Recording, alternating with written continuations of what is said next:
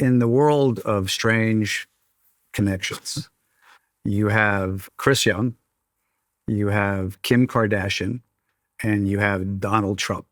How do you connect those three people? So the next thing that happens is when I joined this firm, and as you well remember, and other people agreed, look, we want to let Kevin do what is passionate, where his passion is, follow that. And something very wrong had happened while I was on the bench with sentencing of Chris Young to life without parole. And so it became important to me to try and remedy that.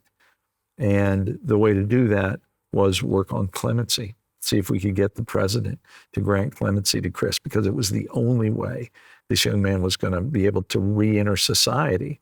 And I recognized him as, from my time trying his case, that this was an asset, not a liability. This was someone who could benefit all of us. And so the goal became, let's get Chris out. And the only way to do that was through the president.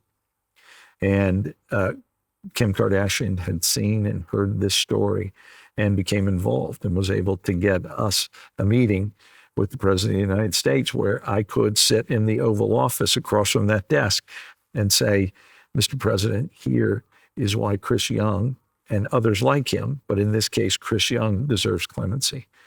And that was in September of 18. And before President Trump left office, he signed the papers.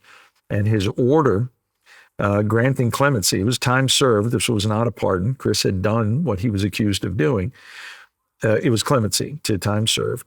The order that releases him is not the usual press release that says, here's who I'm granting clemency to, name what their crime was. It was really a significant chunk out of a letter that I had written to the president advocating for Chris, and it became part of the White House's press release on why Chris Young was going to be released.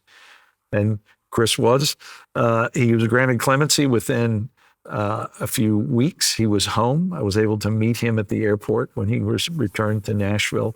We've stayed very close since then. That is a great story and a great success and a great tribute to your passion and to your vision as to what you wanted to do on the bench and what you could do off the bench.